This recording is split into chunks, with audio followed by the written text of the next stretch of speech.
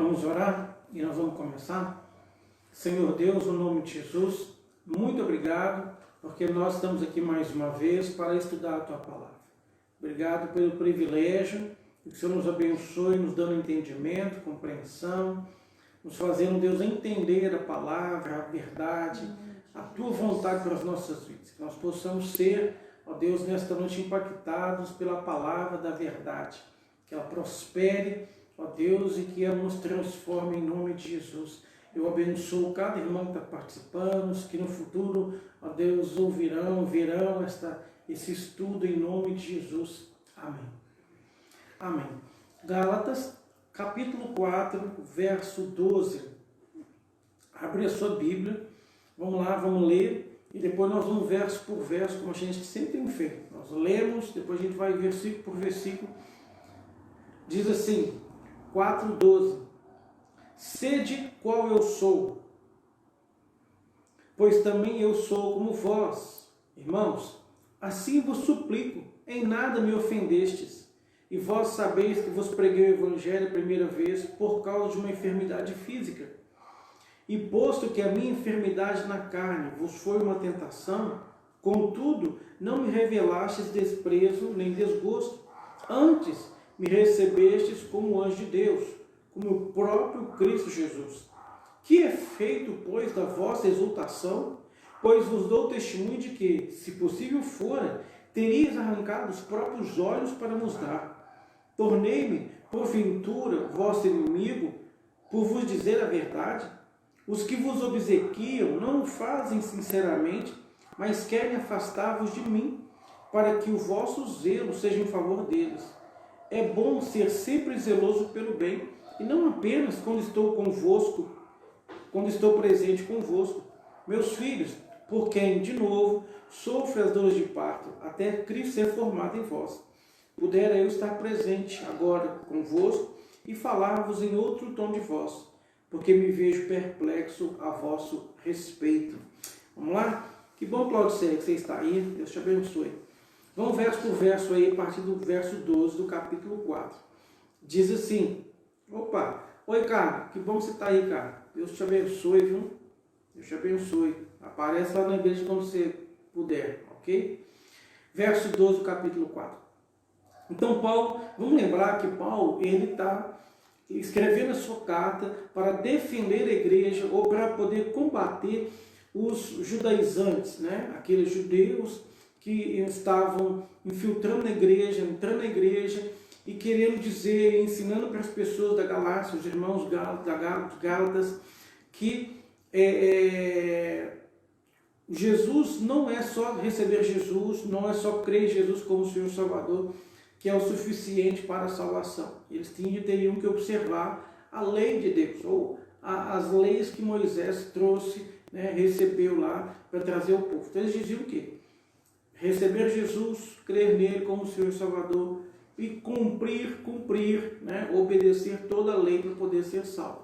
E mais do que isso, não é só obedecer a lei, mas obedecer também as tradições deles, ou seja, a maneira que eles tinham de interpretar a lei, né? Então não era só uma questão de obedecer a lei de Deus, eles tinham muito mais do que isso, tinham que obedecer as tradições. Isso era muito complicado, praticamente não, com certeza impossível. Jesus veio exatamente porque nós não temos condições de cumprir a lei. E como nós falamos na semana passada, a lei ela foi dada para ser um aio. O que é um aio?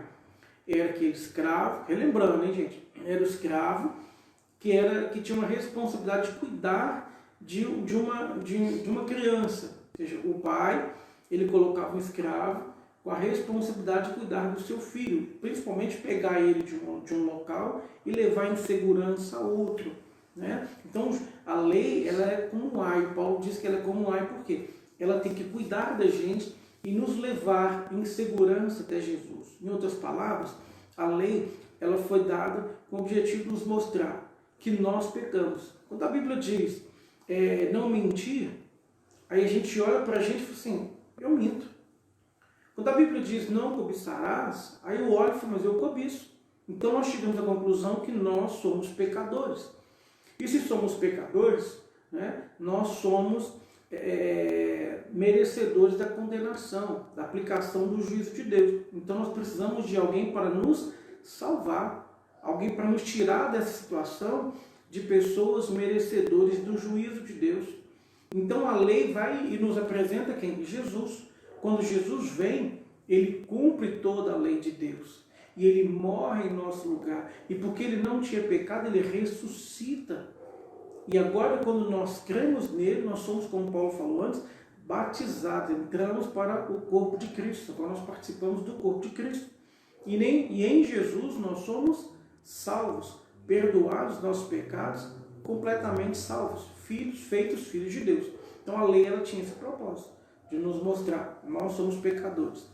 E nos leva em segurança da condição de pecador a um Salvador, a alguém que vai perdoar os nossos pecados, que vai nos fazer filhos de Deus, que vai mudar a nossa história. Então a lei ela tinha essa função. Mas vamos continuar que Paulo vai mudar o assunto, ele vai começar a mostrar que existe o Israel espiritual e o Israel físico. Existe o filho da promessa e existe o filho natural. Ele vai falar a respeito disso daqui a pouco. Mas vamos por etapa agora, verso 12. Olha o que Paulo está falando. Paulo está falando assim, olha, sejam, irmãos, como eu sou, não é? Pois também eu sou como vós. Olha só, Paulo, quem que Paulo era antes de ser um apóstolo? Ele era um judeu, ele era um fariseu, ele estudou aos pés de Gamaliel, ou seja, ele aprendeu com Gamaliel, que era um dos grandes, um expoente, né, daqueles que ensinavam, que compreendiam as escrituras, que compreendiam a lei, né, ou seja, aqueles rabinos bem famosos. Então Paulo, ele era uma pessoa que levava a lei muito a sério, as tradições muito a sério. E quando ele tem uma experiência com Jesus no caminho para Damasco, quando ele se converte, ele mudou completamente. Por isso que ele está falando, irmãos, seja como eu. Ou seja, ser como ele significa o quê? Alguém que não está mais obedecendo a lei para a salvação. Alguém que não está mais cumprindo todos os rituais. Alguém que não está mais observando todas as tradições que nós aprendemos dos nossos antepassados. Ou seja, Paulo, ele está falando o seguinte, eu não mais sigo a lei de Deus para poder ser salvo. Ele obedecia à lei de Deus porque ele já estava salvo. Ele não era mais aquele que vivia cumprindo os rituais de maneira cega. Ou seja, ele deixou todas essas coisas, ele percebeu que os rituais apontavam para Jesus. Jesus agora é a realidade. Quando Jesus se apresenta, a sombra não mais importa. Ou seja, Paulo ele era um judeu, fariseu, que levava muito a sério as coisas. Mas ele se converte.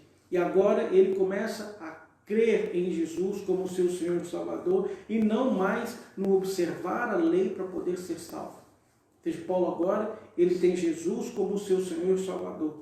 Tá? Ele não é mais alguém que acreditava que era a lei que nos conduziria à salvação. Ele entende que é Jesus que nos conduz à salvação, que nós precisamos crer. Então ele está falando, irmãos, sejam como eu sou, porque eu também sou como vocês. Ou seja, não estou submetido às leis e os rituais judaicos. Porque os gálatas, eles eram gentios, eles não eram de Israel, eles não conheciam a lei, não conheciam os rituais, não conheciam as tradições orais, nada disso. Eles viviam conforme a sua religião predominante. Então eles viviam desta maneira, agora eles se convertem e eles não estavam guardando nenhum tipo de lei para a salvação. Eles creem em Jesus, eles ouviram o Evangelho, eles creram na palavra, eles creram no Evangelho de Jesus Cristo, na salvação que Jesus oferece, no perdão do pecado. Então Paulo está falando, irmãos, sejam como eu sou, porque eu sou como vocês. Eu não estou mais me diferenciando de vocês. Então eu continuo, irmãos, assim vos suplico, se eu estou pedindo para vocês, vocês não me ofenderam se vocês, por vocês continuarem vivendo como gentios, vocês não me ofenderam. Tá? Então continuem assim, sejam como eu sou, porque eu estou vivendo pela fé, estou vivendo pelo Evangelho e não mais segundo as tradições ou segundo a observância que os judeus tinham da lei de Moisés, né, para a salvação. Ok? Então vou voltar a dizer uma coisa que eu disse na semana passada, talvez na anterior também falei. Hoje nós devemos guardar a lei moral de Deus. A lei cerimonial não tem mais necessidade, porque a lei cerimonial aponta para Jesus. Jesus já veio, ela perdeu o sentido, perdeu a sua razão, a não ser que seja para você simplesmente comprovar e ter certeza de quem é Jesus. Então, a lei cerimonial aponta para Jesus. Se você quiser olhar para ela, para estudá-la e ver que ela realmente está apontando para Jesus e ter a convicção e a certeza que Jesus é o Filho de Deus, o Messias enviado por Deus para a nossa salvação. Mas somente isso, a lei moral, nós a seguimos porque esta é a vontade de Deus. Não para sermos salvos, mas porque já estamos salvos. Salvos pela fé, por meio salvos pela graça, por meio da nossa fé em Jesus. Entende? Então, não guardamos a lei para a salvação, guardamos porque é a vontade de Deus, a lei moral. E Paulo está falando exatamente isso, o que ele está expondo. Verso 13.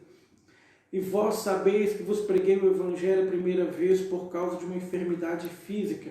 Então, o que Paulo está mostrando aqui, ele não apresenta muitos detalhes, a Bíblia não fala desses detalhes, mas as pessoas estudiosas dizem que Paulo estava passando pela região e ele teve alguma enfermidade que forçou ele, Paulo, a ir para a cidade dos Gálatas, para a Galácia, tá? Para lá e poder se tratar dessa enfermidade que ele tinha.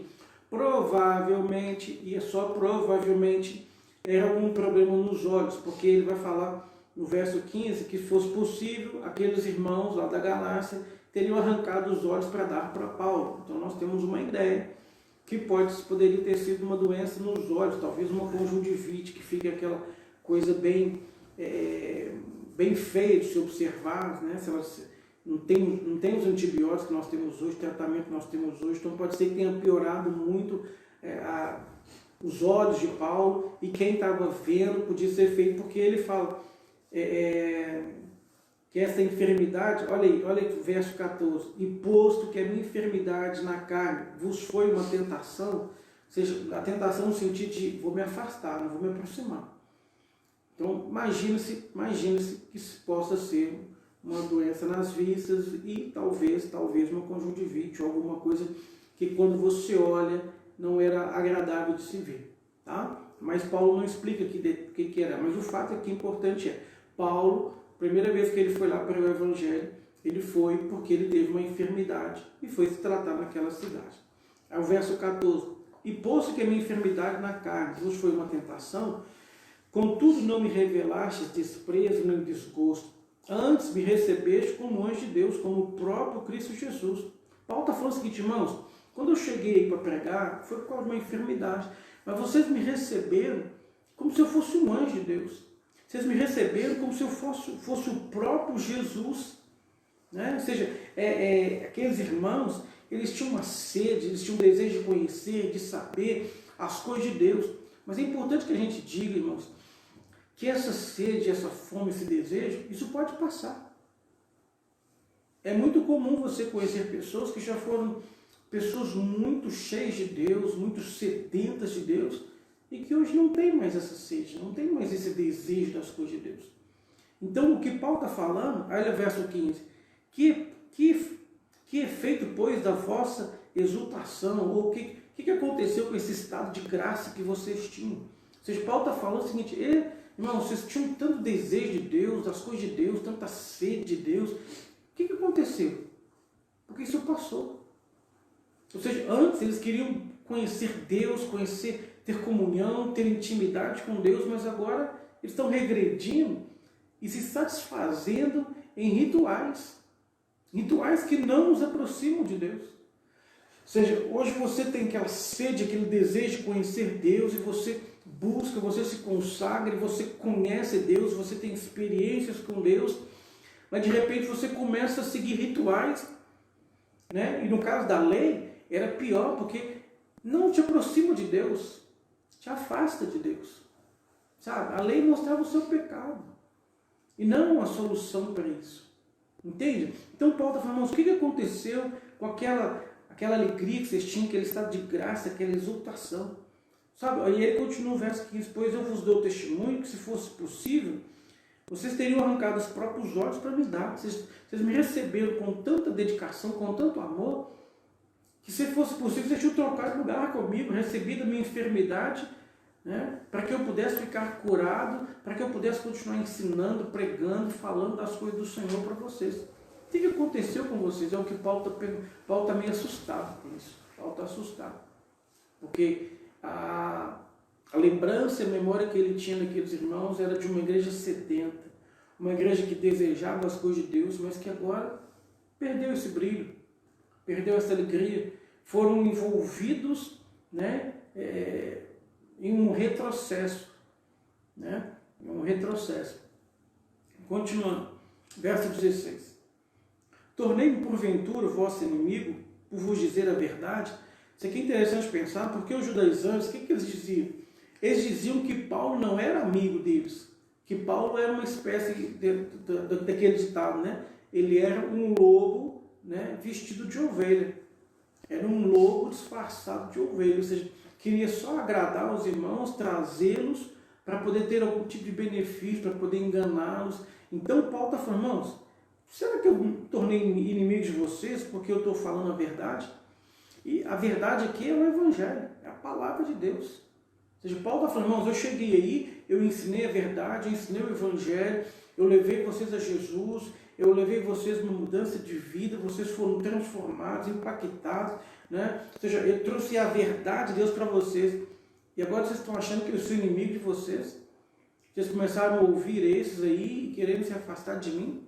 Deixaram de crer naquilo que eu ensinei para crer nisso, que as pessoas estão ensinando, fazendo um retrocesso, né? E ele continua, 17. Os que vos obsequiam, né, de obséquio, de fazer favor, aqueles que estão aí servindo vocês, que estão caminhando com vocês aí, não fazem sinceramente. Paulo está falando, irmãos, esses que estão aí, né, fazendo favores, sendo atenciosos, servindo vocês, isso não é verdade, não. Eles estão seduzindo vocês, eles querem afastar, mas querem afastá-los de mim. Vocês estão querendo fazer vocês se afastarem de mim, tá? Para que o vosso zelo seja em favor deles. Ou seja, Paulo está falando, irmãos, esses que estão aí tratando vocês tão bem, na realidade o que eles estão querendo é afastar vocês de mim, para que vocês comecem a prestar atenção neles, para que vocês sejam conduzidos por eles. Vocês têm que ficar atento, né? Atento, né, ao que eles estão falando. Irmãos, isso aqui vale para as nossas vidas hoje. Entende uma coisa? O Evangelho de Jesus salva, é a maior e melhor notícia que nós podemos receber. Mas a palavra de Deus, ela não é fácil de se ouvir. Ela é dura. Ela é dura. Nós temos em Apocalipse, e se eu não estiver enganado, nós temos em Ezequiel. Duas passagens que Deus manda os profetas comerem o rolo. E eles comem o rolo, e os dois falam o seguinte, na boca é docinho, gostoso, mas quando cai no estômago é ruim e amargo. O que significa? Significa que ouvir a palavra é uma maravilha, se ouve, aleluia, glória a Deus. Agora vamos transformar isso em vida, porque o alimento você comeu gostoso, lá dentro é que vai virar vida, lá dentro é que vai virar sais, proteínas, vitaminas, que nós precisamos. Então a palavra de Deus, quando é ouvida, é maravilhosa. Agora vamos transformar isso em vida, vamos fazer isso ser útil para o nosso dia a dia. É aí que ela é difícil. O que Paulo está falando é que os irmãos que chegaram lá, chegaram com coisas teoricamente muito mais simples. Irmãos, é muito mais simples seguirmos rituais do que mudarmos de vida, sabia? É muito mais simples. Nós pegamos uma folha escrito o que pode, o que não pode, a gente se encaixa ali e vamos viver isso aqui, do que mudar de vida, do que mudar de dentro para fora. É muito mais simples. Os rituais são muito mais simples do que mudança de vida, mudança de atitude, dia a dia, mudança de valores, prioridades, mudança de intenção. O autor dos Hebreus diz que a palavra de Deus ela consegue discernir a intenção do coração. Não é só o fazer, não, mas é até a intenção, porque às vezes o fazer está certo. A pessoa pode entregar uma oferta, a oferta é boa, é de Deus, mas a intenção às vezes está sendo para se exibir, para se mostrar, perdeu todo o valor para Deus. Então, o ritual está certo, a motivação está errada. Então, cuidado, porque você fica só ouvindo, porque às vezes é agradável aos ouvidos. mas não vai produzir mudança. Só agrada, ok? E é o que estava acontecendo com os irmãos da Galácia. Vamos continuar. 18. É bom sempre ser zeloso pelo bem, né? Ou seja, o motivo tem que estar certo. Qual que é o motivo? O bem. Fazer aquilo que é certo diante de Deus. E não apenas quando estou presente com vocês. Vocês não tem que ficar aí só porque eu estou aí, vocês estão fazendo as coisas certas e quando eu vou embora faz errado. Não, tem que ser, a motivação tem que ser fazer o certo, agradar a Deus, fazer aquilo que é bom aos olhos do Senhor. Tá? Aí Paulo vai dizendo, meus filhos, né? Ou seja, Paulo amava aqueles irmãos, Paulo amava aquela igreja, meus irmãos, por quem de novo sofro as dores do parto até Cristo ser formado em nós. Aí Paulo falou, irmãos, eu amo vocês, são importantes, tá? Mas eu estou tendo que gerar vocês de novo. De novo, eu estou sofrendo dores de parto. De novo, eu estou sentindo as dores de ter que gerar vocês. Sabe, irmãos, é quando você começa a orar por alguém, é quando você começa a interceder por alguém, é quando você começa a ver alguém que precisa ser liberto, transformado, alcançado pela palavra, e você vai orando, e você não vê nada acontecendo, mas você continua orando. Isso é o gerar a pessoa, gerar espiritualmente em oração, gerar espiritualmente em intercessão, em jejum, em conversas, sabe? Às vezes em exortação, às vezes em um confronto de ideias, de posição, de opinião, de valores. Então Paulo falou, irmãos, estou sofrendo de novo, né? As dores de parto, até Cristo ser gerado, formado em vocês. Ou seja, agora a dor já é para aqueles irmãos, para que Jesus seja gerado neles, seja para que eles sejam transformados. Então Paulo está falando que agora ele está passando por uma luta que ele não deveria estar mais passando. Não esse tipo de luta. Mas ele está passando porque os irmãos estão regredindo. Os irmãos estão regredindo. Vamos continuar. Verso 20. Pudera eu estar presente agora convosco e falar em outro tom de voz, porque me vejo perplexo a vosso respeito. Na verdade, ele está falando, irmãos, eu queria estar aí conversando com vocês, pessoalmente, né, e poder falar em outro tom de voz. Ou seja, na verdade, é como Paulo falou, gente, eu queria estar aí para a gente estar trocando conversa boa, agradável, falando das bênçãos, das mudanças, falando das coisas que Deus tem feito no meio de vocês, né? Mas eu estou aqui perplexo, eu estou aqui assustado. O que eu estou ouvindo de notícias está me deixando assustado com relação ao que está acontecendo com vocês. Eu estou assustado em perceber e ver que os judeus chegaram aí e conseguiram envolver o coração de vocês. Conseguiram fazer vocês regredirem, saírem da graça para voltar, né, para a lei. Então, Paulo está falando do seu susto a respeito disso. Vamos continuar. Espero que você esteja entendendo. Se você não estiver entendendo, você pode me questionar lá na igreja, mandar uma mensagem aí. Depois a gente tenta conversar, tenta tirar as suas dúvidas. Verso 21. Dizei-me vós, os que quereis estar sob a lei, acaso não ouvis da lei? Pois está escrito que Abraão teve 2 filhos, um da mulher escrava, outro da livre. Mas o da escrava nasceu segundo a carne, o da livre mediante a promessa.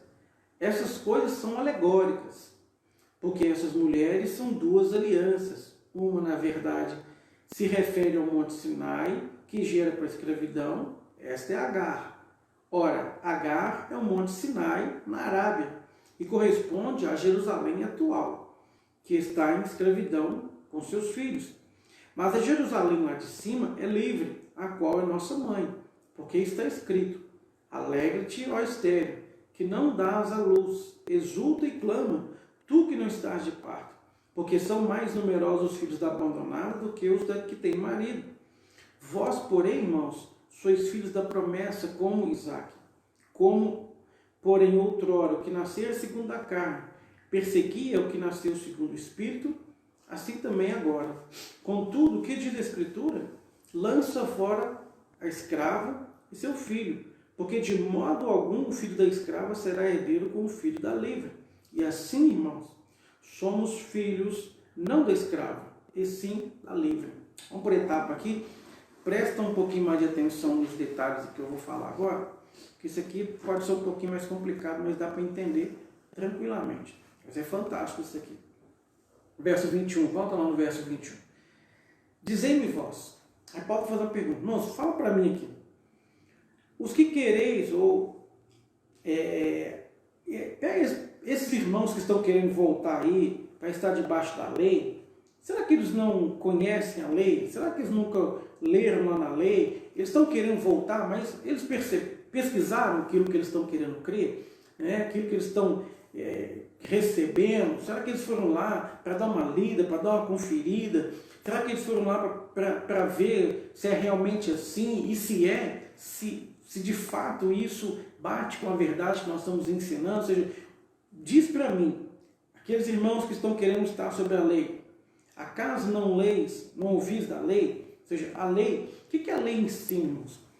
De mais simples, a lei ensina que aquele que pecar deve morrer. A lei é de maneira muito simples. Aquele que pecar tem que morrer. E ela vem trazendo o que é pecado. A lei vem expondo o que é pecado. Então, a alma que pecar, essa tem que morrer. E aí Paulo vai mostrar o seguinte, agora ele começa a fazer alegorias, dois símbolos, mostrar dois símbolos para mostrar a diferença entre a lei e a graça. Agora ele traz dois símbolos que são as duas esposas de Abraão. Abraão foi aquele chamado por Deus, a partir dele, Deus vai chamar a existência, vai trazer a existência à nação de Israel. Só que Abraão, Paulo vai pegar as duas esposas que ele teve. Duas esposas não, né, mas os dois filhos que ele teve. Tá? O primeiro filho que ele tem é com Agar. Agar, ela era a escrava de Sara. A Sara, ela era estéril, ela não podia ter filhos. Tá? E a Sara já estava lá com os seus 74 anos por aí, e até agora nada de ter filho. Tá? Abraão, com seus 85 anos, mais ou menos, 84, 85, então ele vai falar com Deus, fala, Deus, o Senhor falou comigo que eu teria uma grande descendência, mas eu não tenho filho ainda. E aí o que acontece? Aí Abraão vai ter filho com a Sara. Desculpa, a Sara, o que ela faz? Ela chama Abraão e fala, Abraão, pega a minha escrava, a Agar, e tenha filho com ela. Tá? E aí você vai ter o seu herdeiro. Gente, isso aqui era algo normal naquele tempo, naquela cultura. A escrava era considerada como se fosse uma extensão da esposa. Então, se o marido tivesse um filho com a escrava, seria considerado um filho da esposa dele. Tá? Então, o Abraão vai e tem um filho com Agar. Tá? Esse menino nasce e ele se chama Ismael. Tá bom? Mas depois Deus vai interferir na história de maneira sobrenatural e poderosa, e Sara vai ter o seu filho, né? Que é o Isaac. Tá bom? A Sara, quando ela dá à luz Isaac, ela tem 90 anos, tá? E o Abraão tem 100 anos, ok? Então, 90 anos para ela para ter um filho, e o Abraão com 100 anos. Então, o Abraão tem dois filhos. Ele tinha vários outros filhos, mas o que realmente importa para a história e para a nossa conversa aqui de Paulo são os dois filhos. O filho com a Sara, que é o Ismael, o filho com a Agar, que é o Ismael, e o filho com a Sara, que é o Isaac. Ok? Então ele tem esses dois filhos. Então olha só, volta no verso 22. Pois está escrito que Abraão teve dois filhos. Um da mulher escrava. Tá? Então ele teve um filho com Agar, que era uma escrava. E outro da livre, que era sua esposa, a Sara. Tá bom? Ele teve dois filhos. Mas o da escrava nasceu segundo a carne. Ou seja, o filho da escrava, o filho de Agar, ele nasceu de modo natural. Quando fala nasceu segundo a carne, ou seja, nasceu de modo natural. Tá bom? O filho da livre, mediante a promessa. Ou seja, o filho que Deus teve com Sara foi através da manifestação do poder de Deus. Deus tinha feito uma promessa e essa promessa iria se cumprir. E aí Deus intervém com poder na história para que a Sara pudesse ter filho, para que a Sara pudesse dar um filho para Abraão. Agora olha que interessante, aí ele fala o seguinte, mediante a promessa, por causa da promessa, Deus agora intervém na história para que Abraão tenha um filho, tá? Que é o filho do milagre. Um é natural, o outro é filho do milagre. Tá? Um tem intervenção de Deus, o outro é um milagre. Ou seja, só um desses filhos vai fazer parte da descendência. Tá? Dessa descendência de Abraão, que é a descendência que vai chegar a Jesus. Ok? Então, olha só. E aí tem que haver fé. Então tem uma descendência da fé, que vai onde é que acontece o milagre, a intervenção de Deus, e tem um descendente de modo natural. Tá bom? O que Paulo vai falar aqui, gente? Um desse descendente, que no caso aqui é o Ismael, o filho da escrava, ele é o natural. Não precisa ter fé. Não precisa crer. É o natural. Mas existe a descendência daqueles que têm fé, daqueles que vêm por um milagre, daqueles que vêm pela intervenção poderosa de Deus, que é a descendência de Isaac. Então tem duas. Abraão teve 2 filhos. Os 2 filhos apontam para 2 realidades. Uma realidade dos que têm fé, de uma intervenção de Deus para poderem ter nascido. Nós nascemos de novo por causa da fé em Jesus, por causa de uma intervenção de Deus na nossa história. Aqueles que ainda não têm Jesus são pessoas naturais. Paulo até fala isso aos Coríntios, um homem natural, ou seja, que não tem Jesus. Então, aqui tem duas linhagens, né? E Paulo vai apresentar isso. Vamos caminhar aqui, verso 24. Só um pouquinho, gente. Isso.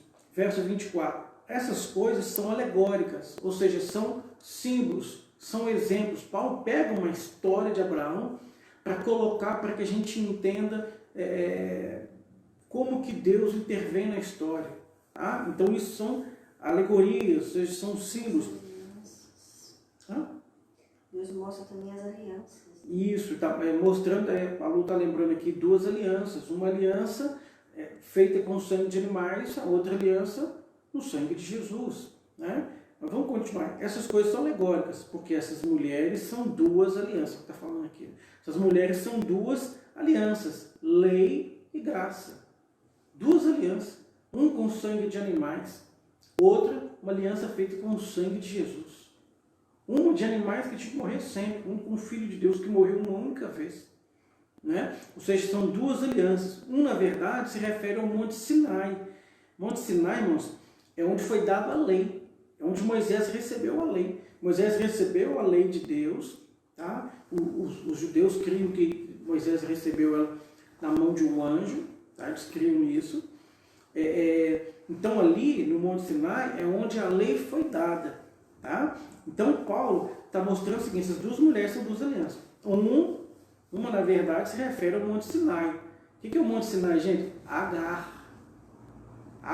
Então, essas 2 mulheres são 2 alianças. Agar recebe, representando a lei, representando aquela que não tem intervenção de Deus, ou seja, a aliança da lei, onde foi dada a lei que é o Monte Sinai, que gera para a escravidão.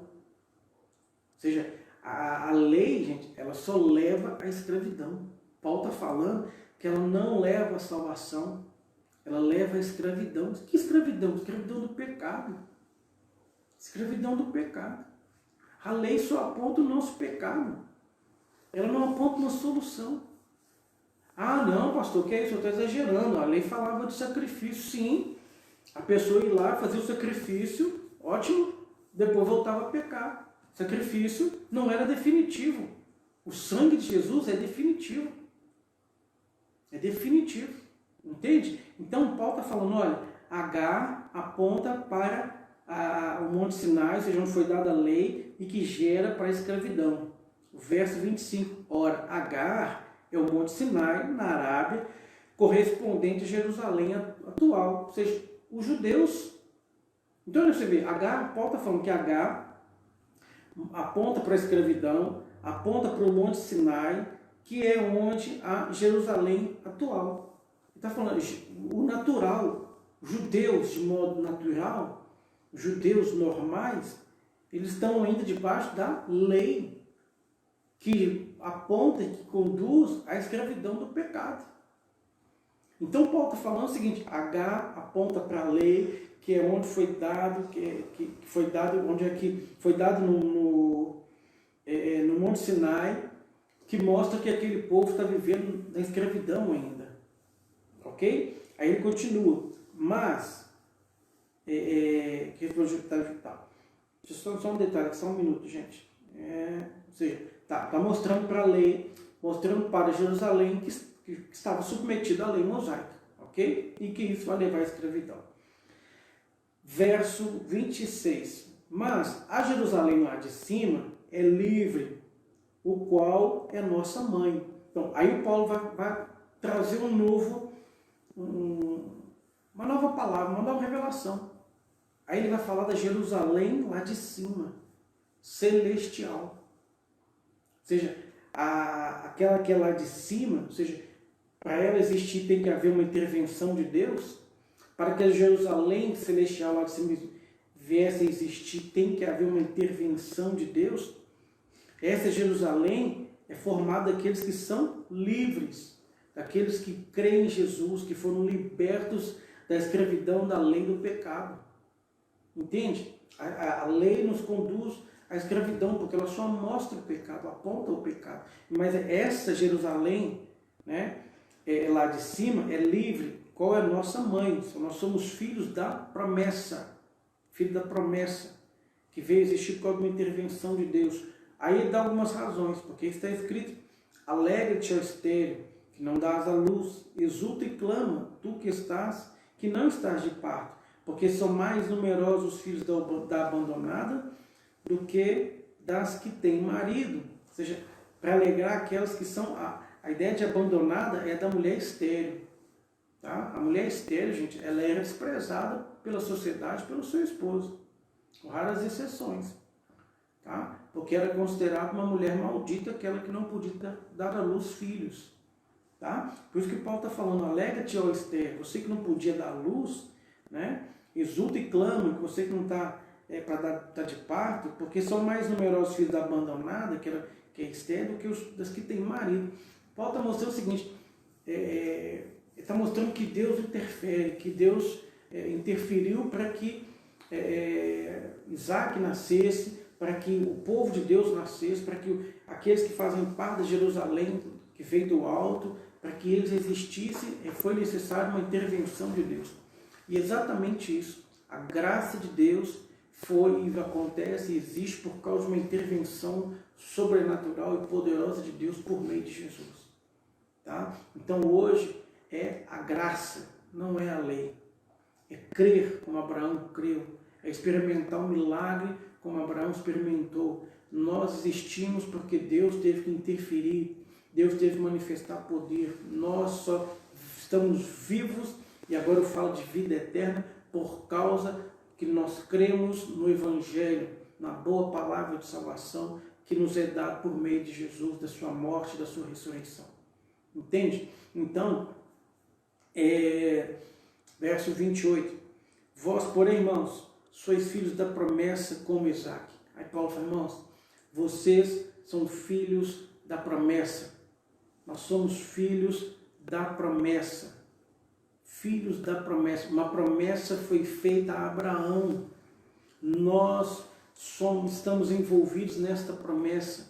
Em ti serão abençoados todas as famílias da terra. Lembra quando Paulo diz lá que Jesus morreu para que a bênção de Abraão chegasse a nós? Nós lemos isso 2 semanas. Então nós somos filhos dessa promessa. Nós cremos em Jesus, essa promessa de Deus nos alcança. Por isso que Paulo fala, e os irmãos da Galácia, gentios, nós somos gentios. Tá? Então, nós somos filhos da promessa como Isaac. Ou seja, teve que haver uma intervenção sobrenatural e poderosa de Deus. Aí o verso 29. Como, porém, outrora, o que nascera segundo a carne, perseguiu o que nasceu segundo o Espírito, assim também agora. Aí vamos entrar lá. Aí Paulo está pegando a mesma história dos filhos de Agar e de Sara, os que eram o Ismael e o Isaac. O Ismael está crescidinho, tá? Está lá com uns 15, um pouco mais de anos de vida, talvez uns 16, 17 anos, 18. E agora tem o Isaac nascendo. O Ismael perseguia, zombava, pegava no pé do Isaac. O que a Sara fez? A Sara foi a Abraão e falou: Abraão, não estou gostando disso. Está zombando nosso filho, está pegando no pé, está perseguindo, eu não quero mais. E ela falou o quê? Quero que você mande ele embora. E Abraão ficou triste com aquilo, mas o próprio Deus falou com assim: pode fazer igual ela disse, porque os dois não vão herdar a mesma promessa. Não dá para os dois caminharem juntos. O Abraão foi e dispensa, manda embora a Agar com seu filho Ismael. Deus depois vai em socorro dele, ele vai se tornar as nações árabes, vai ser para outra história. O fato é que houve uma separação, porque o filho natural estava pegando o pé, perseguindo o filho da promessa. O Ismael estava zombando e perseguindo Isaac. Aí Paulo usa essa mesma história para dizer o seguinte: assim como lá atrás o natural perseguiu o da promessa, assim estava acontecendo naquele tempo ali com Paulo. Paulo está falando isso, irmãos, está acontecendo hoje, aí com vocês, em todo lugar que eu estou pregando a palavra. Irmãos, onde Paulo ia, os judaizantes iam atrás. Eles tinham o objetivo: destruir tudo que Paulo estava construindo, anular tudo que Paulo estava fazendo. Ou seja, sempre indo atrás de Paulo, perseguindo, tentando matá-lo a todo custo. Então Paulo está falando, irmãos, assim como aconteceu lá atrás, em que nasceram segundo a carne, perseguiam o que nasceram segundo o Espírito, assim também agora. Ok? Assim também agora, ou seja, os judaizantes, os judeus naturais, perseguiam aos cristãos, tá? Aos judeus convertidos também. Verso 30. Contudo, que diz a Escritura? Que é o que eu falei agora, né? Lança fora a escrava e seu filho, porque de modo algum a escrava será herdeiro como filho da livre. Isso foi Deus que falou para Abraão, quando Abraão ficou triste, que a Sara falou: não quero meu filho mais com ele, quero que você manda a minha escrava e seu filho embora. Ele ficou triste, mas o próprio Deus falou com ela, com Abraão isso: lança fora da escrava. Pode lançar fora, eles não vão herdar a mesma promessa. E foi exatamente isso que Abraão fez. Abraão mandou embora Agar e o seu filho. Deu ela liberdade ao seu filho e mandou-os embora. Entende? Então, é o que acontecia nesse tempo aqui. Não, irmãos, não dá para caminhar junto. Tem separação. Os que querem viver pela lei, não dá para caminhar com os que querem viver pela graça. Os que creem em Jesus como Senhor e Salvador, os que não creem, não dá para caminhar junto quando o assunto é vida cristã. Não dá. Não dá para caminhar junto. Não combina. São opostos. Um fala uma coisa, outro fala outra. Um rejeita Jesus e outro crê em Jesus. Um diz que é pela lei, o outro fala não é pela lei. Então um persegue o outro. Assim é até os nossos dias. Até os nossos dias. E para terminar o verso 31. E assim, irmãos, sois filhos não da escrava, e sim da livre. Ou seja, irmãos, hoje nós somos filhos da livre. Tá? Não somos filhos da escrava, nós somos filhos da promessa. Nós fomos gerados por uma intervenção de Deus. O nascer de novo é nascer de Deus. É nascer a partir de uma ação sobrenatural de Deus. Deus em Jesus nos chama a vida, nos dá a vida eterna, nos livra da condenação eterna, nos livra do pecado, nos chama de filhos, nos faz teus filhos, teu povo, se coloca como nosso Pai, Abba Pai. Então, nós não somos filhos da escrava, nós somos filhos da livre, daqueles que têm fé como Abraão teve no Senhor, daqueles que creem na promessa como Abraão creu na promessa do Senhor, daqueles que experimentaram a intervenção de Deus para poderem ter vida hoje. Então nós não somos filhos da escrava, somos filhos da livre. ok?